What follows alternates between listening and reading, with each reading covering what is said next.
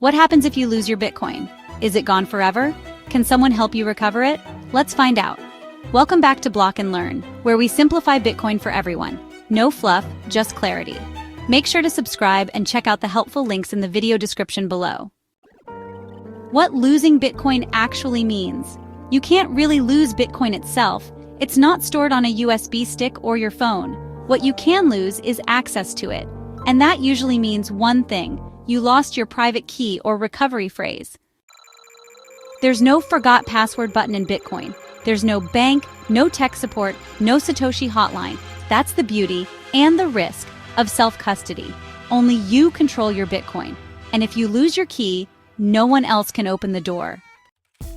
To avoid this nightmare, always back up your recovery phrase. Store it somewhere safe, offline. Don't take screenshots. Don't store it in your email. As we explained in the episode Bitcoin Wallets Explained, your wallet doesn't hold Bitcoin. It holds your keys. Lose those, and it's game over. Can lost Bitcoin ever be recovered? In most cases, no. Some people have recovered lost wallets using old backups or memory tricks, but most lost Bitcoins are gone forever. They're still on the blockchain, but no one can ever spend them again. So yes, losing your Bitcoin access is permanent, but now you know how to prevent it.